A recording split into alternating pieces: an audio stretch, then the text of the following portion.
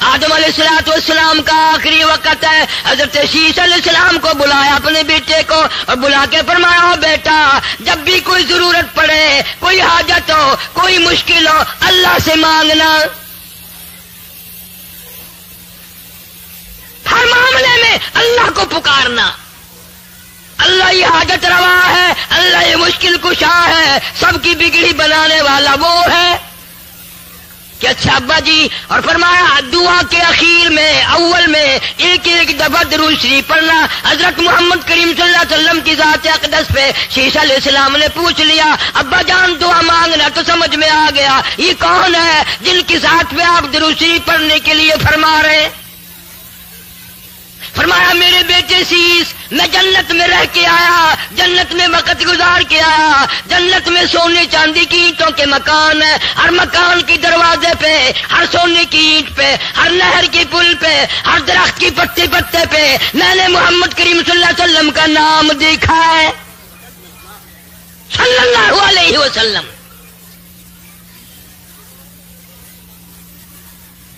پھر نبی کریم صلی اللہ علیہ وسلم نے حضرت علی شیر خدا رضی اللہ تعالیٰ عنہ کو بلایا اور بلا کے فرمایا حق مہر دینے کے لیے کیا چیز ہے؟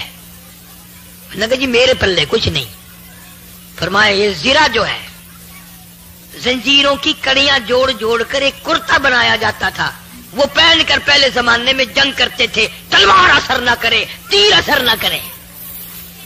فرمایا اے علی یہ زرہ تو تیرے پاس ہے؟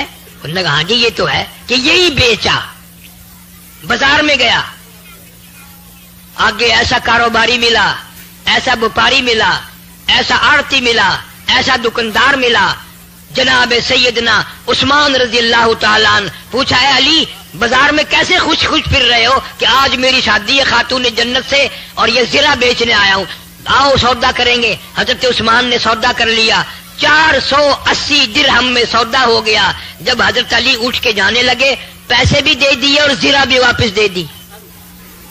اور یوں فرمایا علی نبی کی بیٹی کا سارا خرچہ عثمان دے گا, سارا خرچہ میں ادا کروں گا, اور جو بھی خرچہ ہوگا میرے ذمے آیا.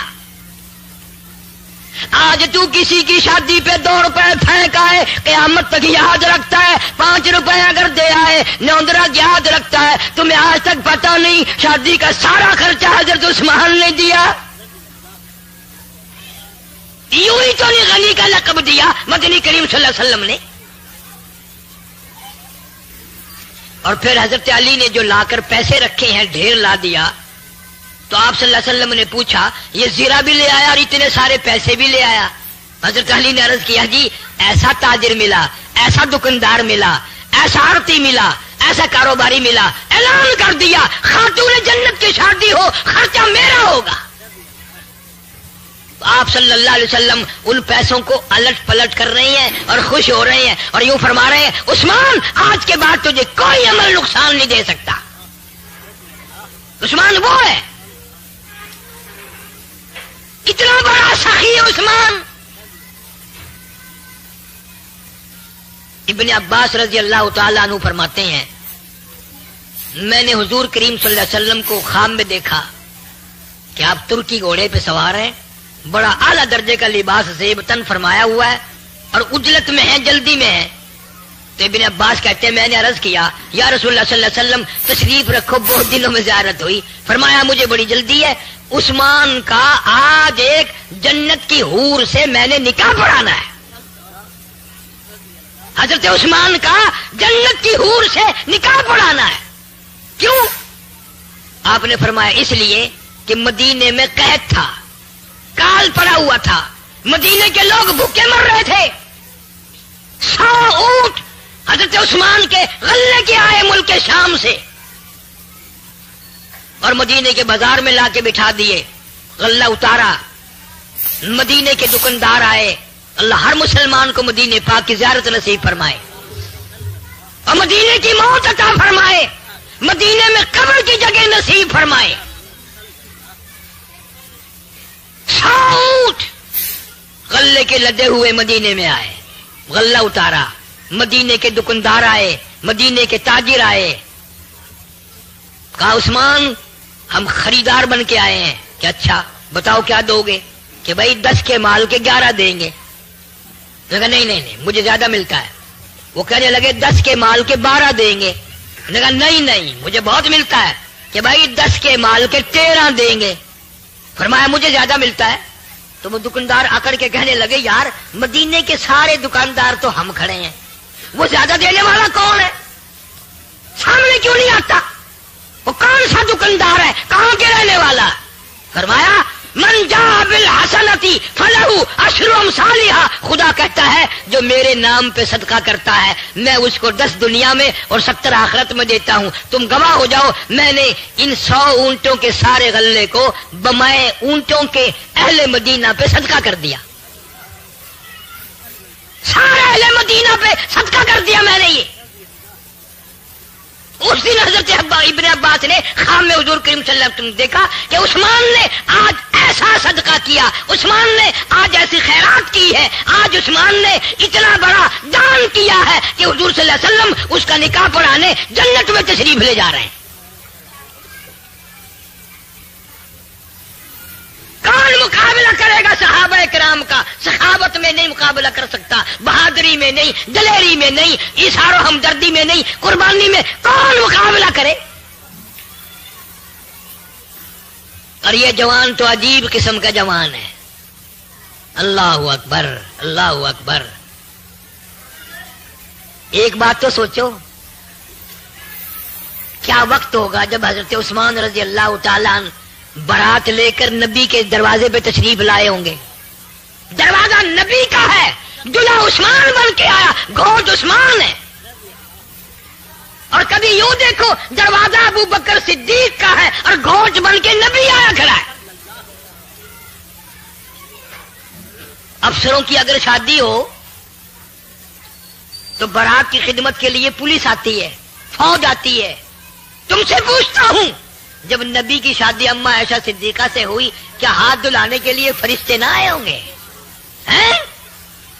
تیری جنگ میں افسر آ سکتے ہیں، نبی کی جنگ میں فرشتے آئے۔ کون جان سکتا ہے کہ اس دن کیا مقام ہوگا اور آسمانوں پہ کتنی خوشی منائی گئی ہوگی جس دن مدنی کریم صلی اللہ علیہ وسلم ابو بکر کے دروازے پہ دلہا گوٹ بن کے آیا، عائشہ صدیقہ کو پرنانے آیا۔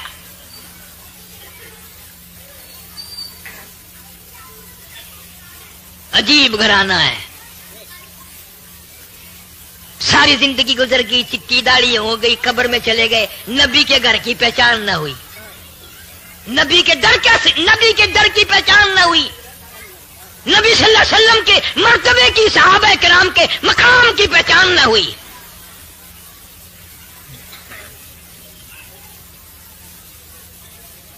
خاتون جنت سیدہ فاطمہ الزہرا رضی اللہ تعالی عنہا، پیاری بیٹی، دروازے پہ حضور صلی اللہ علیہ وسلم تشریف لائے اور آواز دی بیٹی میں اندر آیا چاہتا ہوں۔ اندر سے آواز آئی ابا تشریف لانے سے پہلے اپنی چادر اندر پھینک دو۔ آپ صلی اللہ علیہ وسلم نے چادر اندر پھینک دی اور پھر تشریف لائے گھر میں بیٹی کے۔ فرمایا آج کیا بات تھی؟ چادر مانگی پہلے، عرض کی ابا اتنا کپڑا نہیں ہے جو سارا بدن چھپا سکوں، اتنی تنگی ہے، اتنی غربت ہے، اتنی پریشانی ہے کہ بدن چھپانے کے لیے بھی کپڑا نہیں ہے۔ مدنی کریم صلی اللہ علیہ وسلم کی لختی جگر نے مصلی پہ کھڑی ہو کر نماز کی نیت باندھی، دھڑام سے گر پڑی، پھر نیت باندھی، پھر گر پڑی، پھر نیت باندھی، پھر گر پڑی۔ حضور صلی اللہ علیہ وسلم نے پوچھا بیٹی کیا بات ہے؟ عرض کی ابا آج تیری لختی جگر کا 4 دن کا فاقہ ہے۔ دریائے کرم جوش میں آ گیا، فرمایا مسلح تو اٹھا۔ مسلح اٹھا کے کیا دیکھتی ہے؟ جانماز کے نیچے کی زمین، ساری زمین سونے کی بن گئی۔ فرمایا جتنا چاہے سونا اٹھا لے مگر قیامت میں حساب دینا پڑے گا۔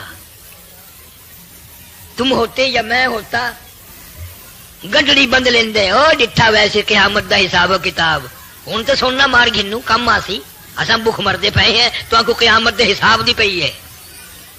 خاتون جنت فاطمہ الزہرا رضی اللہ تعالیٰ عنہا نے قسم پروردگار کی سونے کے اوپر تھوک دیا، مصلح ڈال دیا، ابا جان فاقے منظور ہے، تنگی منظور ہے، قیامت کا حساب و کتاب منظور نہیں۔ آخری وقت ہے، فاطمہ الزہرا رضی اللہ تعالیٰ عنہا کا حضرت علی کو بلایا اور بلا کے فرمایا، علی شیر خدا، میری ایک وصیت ہے، میری ایک نصیحت ہے، میرا اگر انتقال دن میں ہو جائے، میری موت اگر دن میں آ جائے، جنازہ پھر بھی رات کو اٹھانا۔ کیوں؟ فرمایا زندگی میں غیر محرم کی نظر مجھ پہ نہیں پڑی، میرا دل چاہتا ہے میرے جنازے پہ بھی غیر کی نظر نہ پڑنے پائے۔ نبی کی بیٹی کا طریقہ دیکھ، جنت کے سردار کا طریقہ دیکھ، حسنین کریمین کی اماں کا طریقہ دیکھ، حضرت علی رضی اللہ تعالیٰ عنہ کی گھر والی کا طریقہ دیکھو۔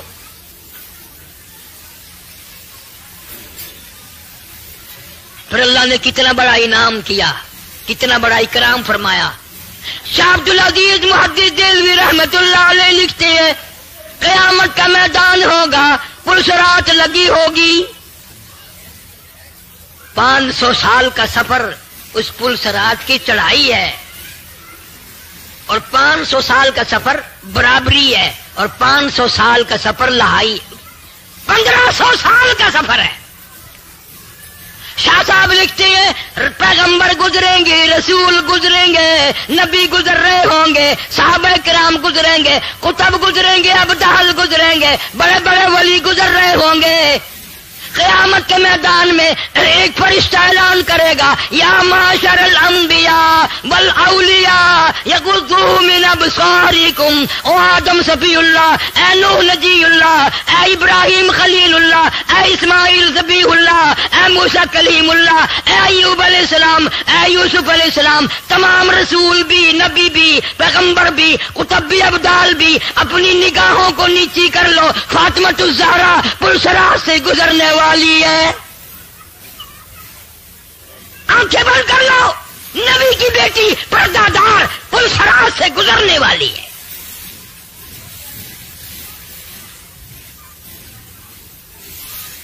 ہمارے لیے کیا طریقہ کار ہوگا، کیا سنت بن سکتی ہے ہمارے لیے؟ ان حضرات کے عقائد تھے، ایمان تھا، یقین تھا۔ مکہ مکرمہ سے ہجرت کر کے حضور کریم صلی اللہ علیہ وسلم مدینے پاک تشریف لے گئے۔ سیدہ زینب رضی اللہ تعالیٰ عنہ سب سے بڑی بیٹی صاحبزادی پریشان مکے میں ہے، میرے ابا چلے گئے، میرا جی نہیں لگتا۔ یہ کون سی بیٹی ہے؟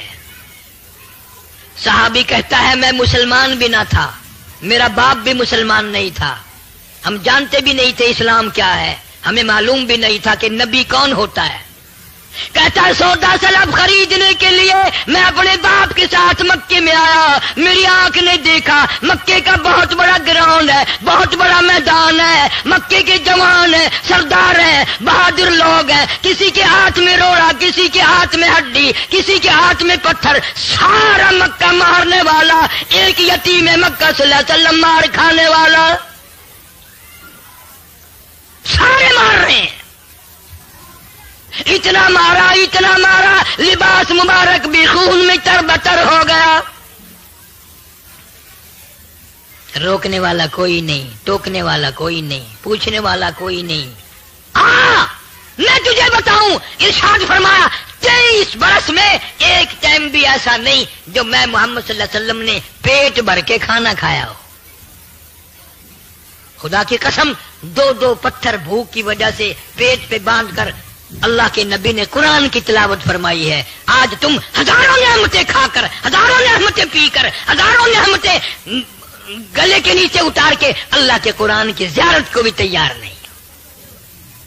قرآن کا دیدار بھی تمہیں نہیں چاہیے، زیارت بھی تمہیں نہیں چاہیے۔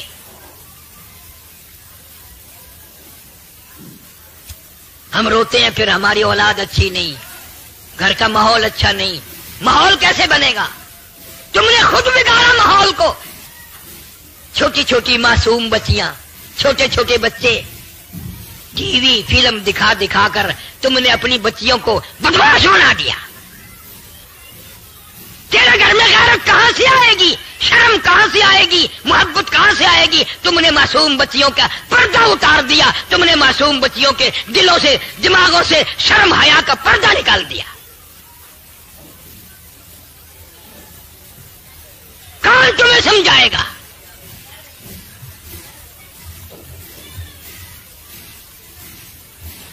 ایک عورت نے پہاڑی پہ کھڑی ہو کر آواز لگا دی، اے زینب تم کہاں چلی گئی؟ تیرے ابا کو لوگوں نے مار ڈالا. سیدہ زینب دوڑی ہیں، پانی کا پیالہ لے کے آئی ہیں. میرے ابا کو پیاس لگی ہوگی، پانی پلاؤں گی. دوڑی دوڑی آئی، زمین پہ پانی کا برتن رکھ کے ابا کو لپٹ گئی.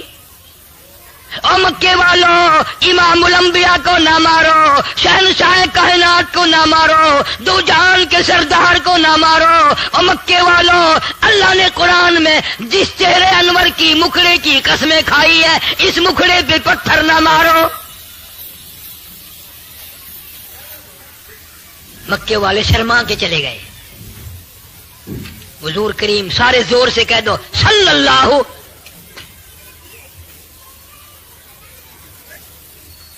زمین خون میں کپڑے تر بتن ہیں. حضرت زینب ابا کو لپٹ گئی، اس کے کپڑے بھی خون میں تر ہو گئے، نبی کے خون میں.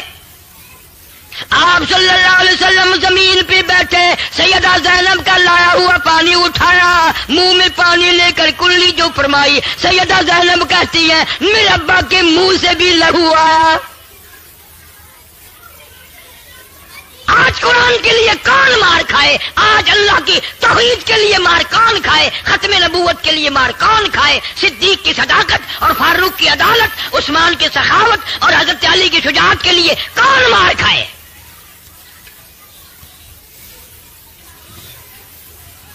حضرت زینب رضی اللہ تعالیٰ عنہ ابا سے پوچھنے لگی کیا جھگڑا ہے، کیا تنازع ہے؟ میرے ابا یہ لوگ کیوں مارتے ہیں؟ کیا وجہ ہے؟ کیوں مار پڑ رہی ہے؟ کتنی مدت ہو گئی؟ آپ نے فرمایا بیٹی زینب تیرا ابا ان کو جنت میں داخل کرانا چاہتا ہے، دوزخ سے نکال کر جنت الفردوس کا وارث بناتا ہے. تیرا ابا ان کو اللہ کا قرآن سناتا ہے، اس لیے مارتے ہیں. سیدہ زینب رونے لگی رضی اللہ تعالیٰ عنہ اور ہاتھ پکڑ کے کہنے لگی، پلہ پکڑ لیا، گھر تشریف لے چلو. امی جان سنیں گی، رقیہ بہن سنیں گی، ام کلثوم بہن سنیں گی، چھوٹی بہن فاطمہ سنیں گی، میں سنوں گی. یہ نہیں سنتے تو انہیں نہ سناؤ. فرمایا لگتے جگر میری بڑی مجبوری ہے، مجھے اللہ کا قرآن آیا وانذر عشیرتک الاقربین، وانذر عشیرتک الاقربین.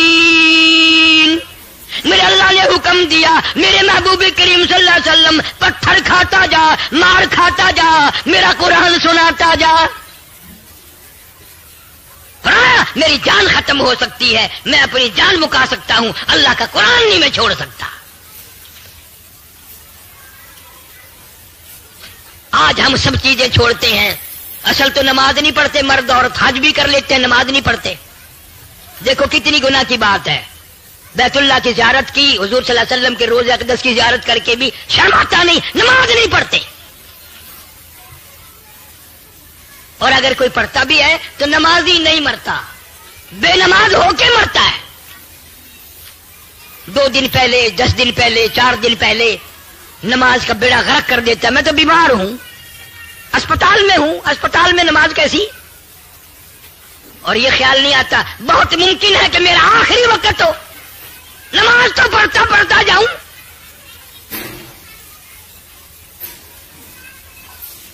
سیدنا حسین رضی اللہ تعالیٰ عنہ سے بڑھ کر کسی کو پریشانی دنیا میں آ سکتی ہے؟ سارا خاندان شہید ہوا پڑا میدان کربلا میں.